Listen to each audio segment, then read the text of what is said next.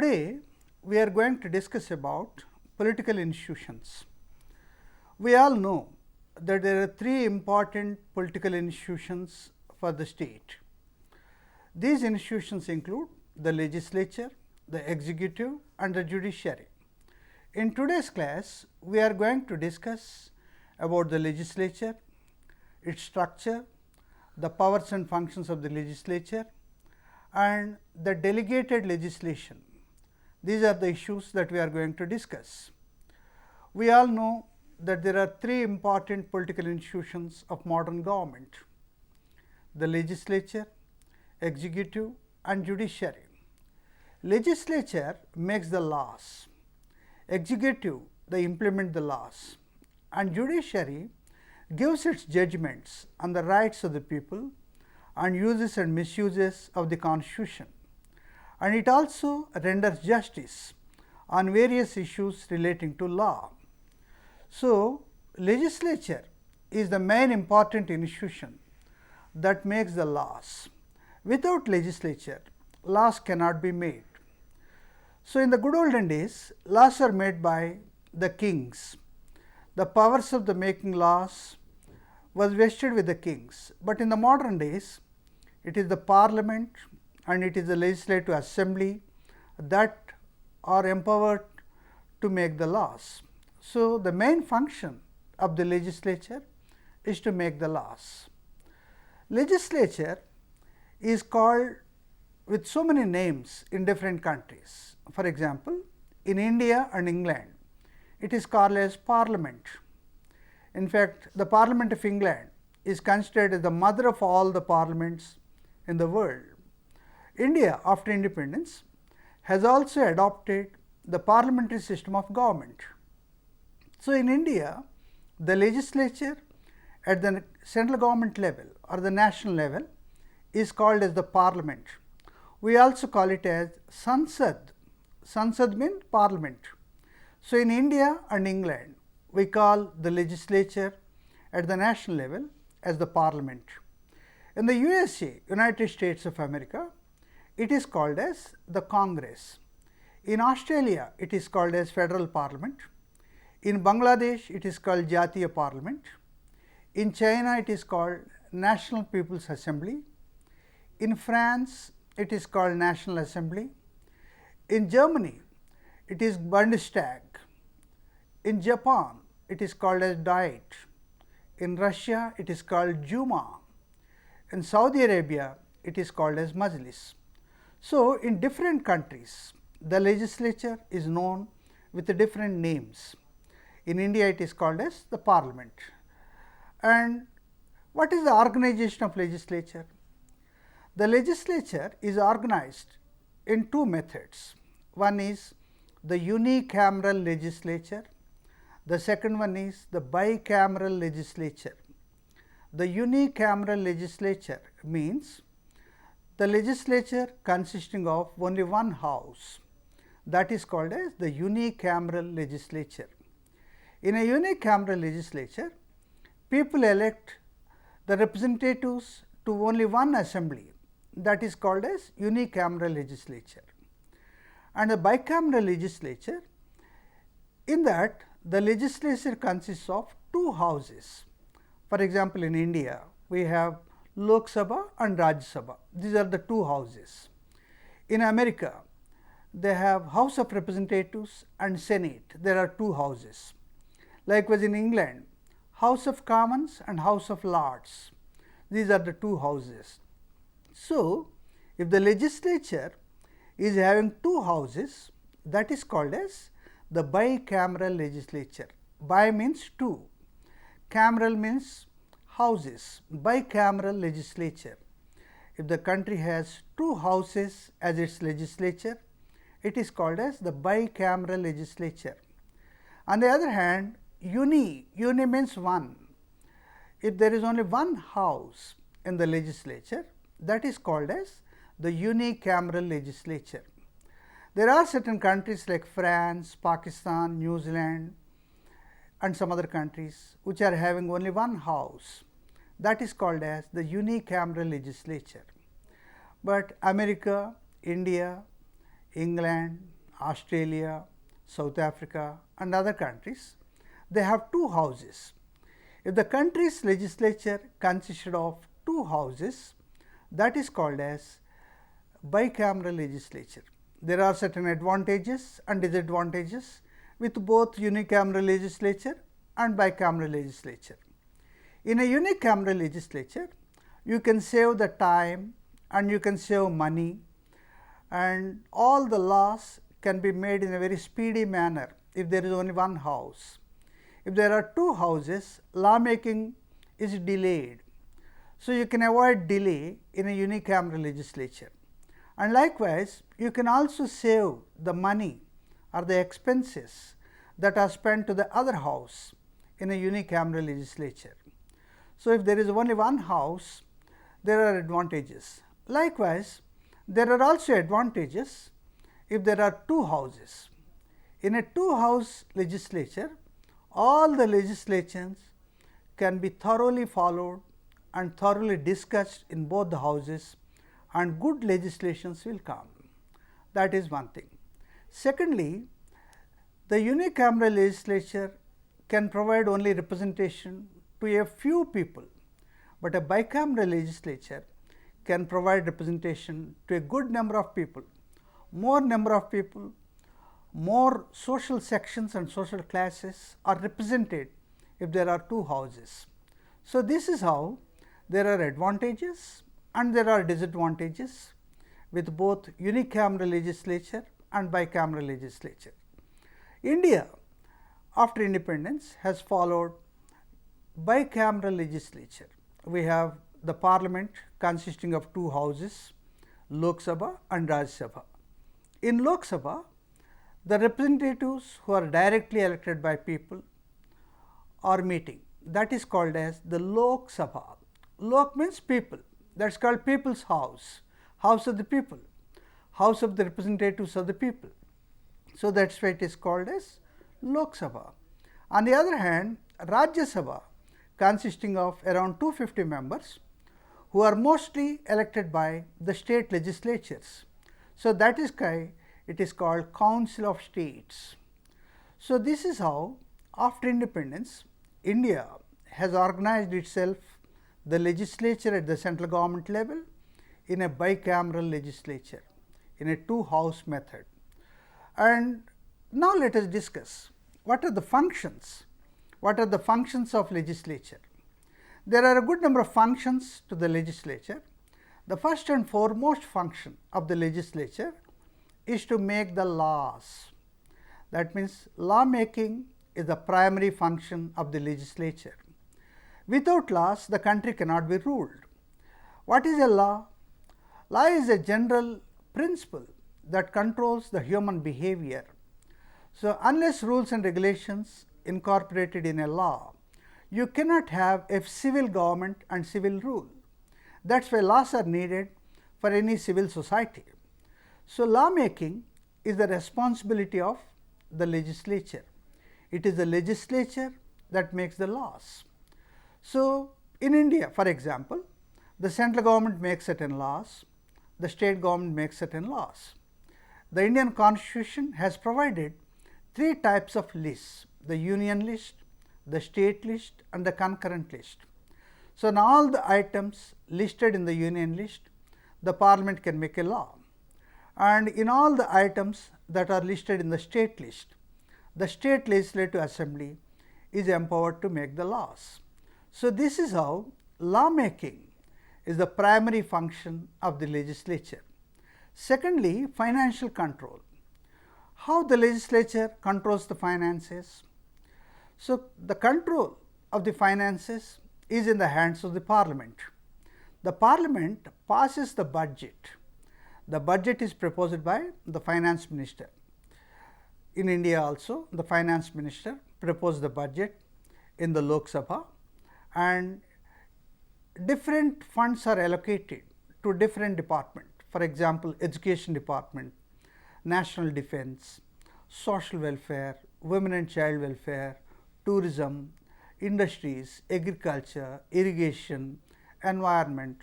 This is how there are so many departments in the government. So, the budget is allocated to all the departments. So, approving the budget is the main function of the legislature. If the legislature do not approve the budget, the government cannot be run. So, this is how the parliament, the legislature controls the finance of the government. So, this is the second important function of the legislature. And third important function is control over the executive. What is executive in India? The executive consists of the President of India, the Vice President, the Prime Minister and the Council of Ministers are called as the executive at the central government level. At the state government level, the Governor, the Chief Minister and his cabinet are called as the executive at the state government level. So, this executive is controlled by the legislature. On the other hand, the parliament controls the executive at the central government level. The Prime Minister should have absolute majority in the parliament. If he has minority, if he does not enjoy majority in the Lok Sabha, he has to resign for his post. That is how the parliament controls the executive. And the Prime Minister and Council of Ministers should present in the parliament, and members of the parliament have a right to ask any questions, to seek any clarifications, to pass any resolutions either in the form of government or against the government. So, this is how the control over the executive is an important function of the legislature. And fourthly, the legislature also have certain electoral functions. What are the electoral functions we have? That means the parliament members have the right to participate in the elections of the President of India, in the elections of the Vice President of India, in the elections of Speaker of the Lok Sabha, Vice Chairman of the Rajya Sabha, Deputy Speaker of the Lok Sabha. So, this is how they also have certain electoral functions. These electoral functions are periodical functions. They do not generally come annually, they come once in 5 years. So, as soon as the legislature is assembled after the first general elections, it is the responsibility of the Lok Sabha to elect Speaker of the Lok Sabha and also the Deputy Speaker of the Lok Sabha. And likewise, the Prime Minister is the leader of the Lok Sabha, and the President of India and the Vice President of India are also elected by the members of the legislature. So, the rights of the members of the parliament to participate in the elections of the President of India, Vice President of India, Speaker of the House, Deputy Speaker of the House, Deputy Chairman of the House is called as the electoral functions, of the legislature. And the fifth important function of the legislature is the constitutional functions. What are the constitutional functions of the legislature? As we all know that society is changing, the social conditions are changing, the economic conditions of the people are changing, there are many livelihoods, there are lifestyles, there are changes in the food habits, garmentry habits of the people. So, whenever there is changes in the society, even the constitution also to be changed. Whenever there are political conditions with the changing conditions, there need to be changes in the constitution also. So, changing the constitution according to the changing socio-political conditions is called as amendment to the constitution. So, the parliament has the power to amend the constitution, to change the constitution. For example, during the times of the commencement of the constitution, Dr. B.R. Ambedkar is the father of the Indian constitution. That constitution has laid down in article 326 of the constitution that the minimum age to the right to vote is 21 years. But over a period of time, the educational standards of the people are changed. That's why in 1988, the Rajiv Gandhi government has changed the age of right to vote. It has reduced the age of right to vote from 21 years to 18 years. So, this is how whenever there is a change in the political conditions or the social conditions of the people, you need to change some of the provisions of the Constitution also. So, the changes that are to be made in the Constitution are called as the amendment. That is called as the amendment. So, the power of amending the Constitution is vested with the Parliament. Under Article 368 of the Parliament of the Indian Constitution, the Parliament is empowered to make the changes and to make amendment to the Constitution. So, the power of amending the Constitution is called as the constitutional functions. That is called as the constitutional function. And after that, the Parliament also has certain judicial powers. The legislature also has certain judicial powers. What are the judicial functions? Suppose there are allegations against the head of the state or head of the government or the Chief Justice of the Supreme Court or judges of the Supreme Court and High Courts. The Parliament can act as a court and it can inquire into the allegations and it can verify the allegations. If the allegations are found to be correct, it can remove them from their offices. So, the power of making inquiry and investigation into the allegations of the head of the state, head of the government, Chief Justice of the Supreme Court, judges of the Supreme Court and High Court, that is called as the judicial function of the legislature. The legislature has the judicial functions. And after that, the judiciary also has the right to review the Constitution, and legislature has the right to make the laws, and it can also make amendments to the Constitution.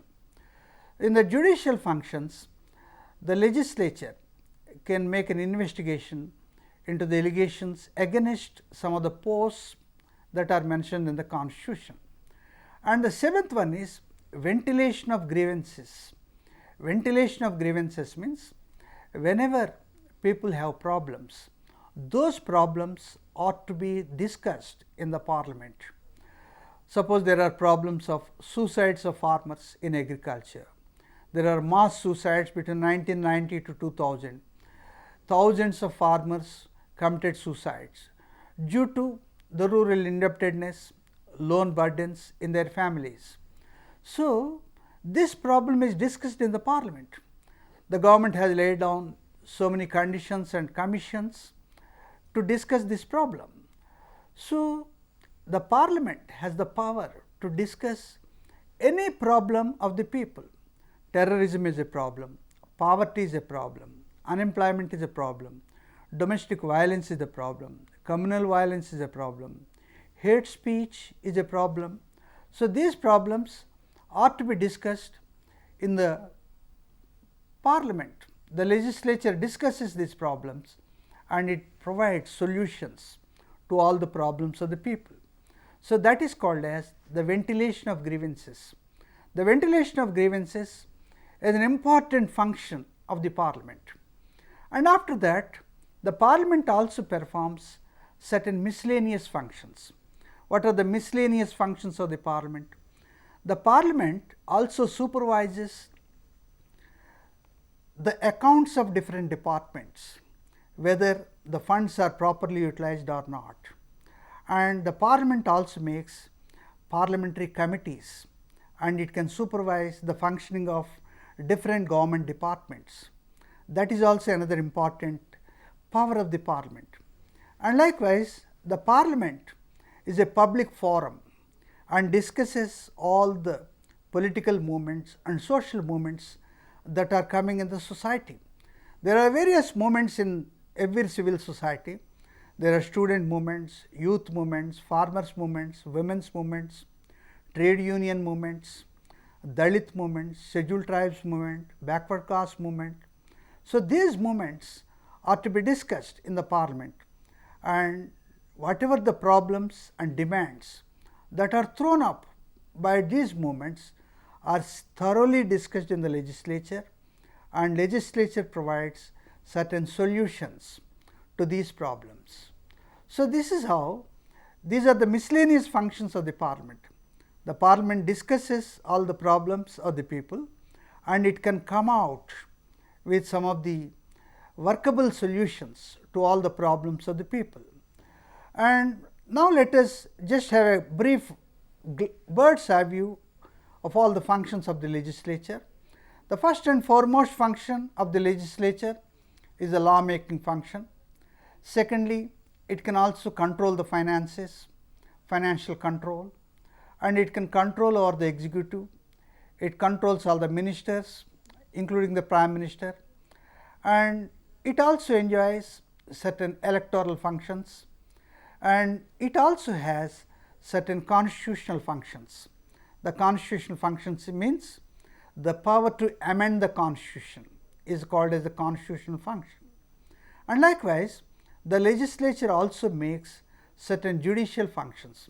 Among the judicial functions, it can make investigation, it can make a trial against the President of India, Vice President of India, Chief Justice of Supreme Court, judges of Supreme Court and High Court, and members and chairmen of various national commissions. So, it makes judicial inquiry into the allegations against these members and chairmen, and these are called as the judicial functions. And the legislature also can ventilate the grievances, ventilate the problems of the people. It brings the problems to the light of the government, that is called as ventilation of the problems of the people, and it is acting as a forum for the ventilation of grievances of the people. And it also plays certain major miscellaneous functions to bring out the demands of the people, representations of the people, problems of the people for the discussion of the parliament. These are the functions of the legislature. And now, let us see about delegated legislation. What is delegated legislation? Delegated legislation refers to the law making power conferred by the legislature on the executive. See, for example, the legislature has the power to make the laws, but the parliament can only make certain outlines of the law, and it will not pass the whole law. The responsibility of filling the whole law with rules and regulations is given to the executive. It is the executive that makes the laws. So, on the other hand, the power of the legislature is enjoyed by the executive. The power of the legislature is originally given to the legislature, the law making power, but that law making power is given to the executive, because there are so many reasons for this, and the power of making law is conferred by the legislature on the executive is called as the delegated legislation. And delegated legislation is also known as derived legislation or subordinate legislation.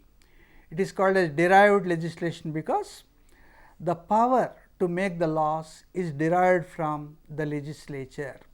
Originally, the legislature is having the power, but that power is derived by legislature to the executive, and it is also called as subordinate legislation. That means the executive as a subordinate makes the laws which are unfilled by the legislature, and it keeps the whole law with all rules and regulations in its fullest form. That is called as the subordinate legislation.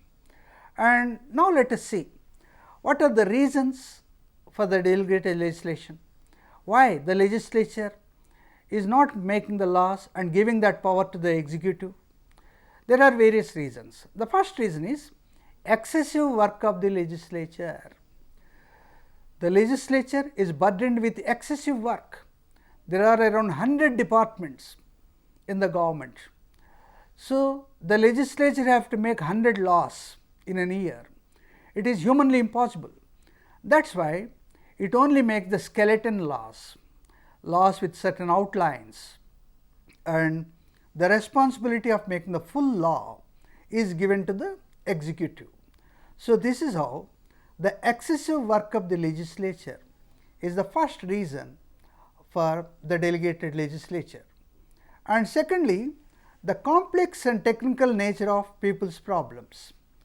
Now, we are in the age of technological developments, technological advancement.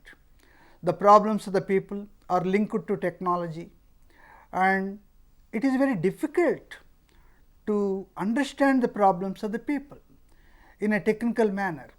So, only certain experts can only understand the problems, they can comprehend the problem, and they can come out with solutions.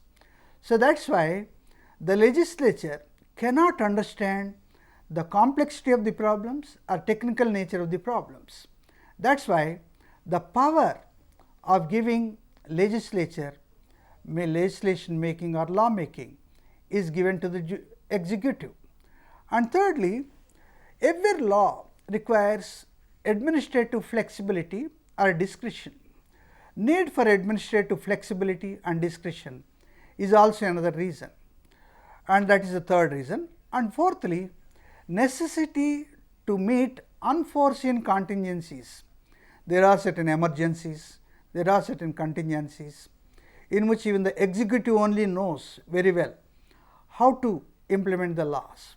So, the necessity to meet unforeseen contingencies is also one of the reasons for the delegated legislation.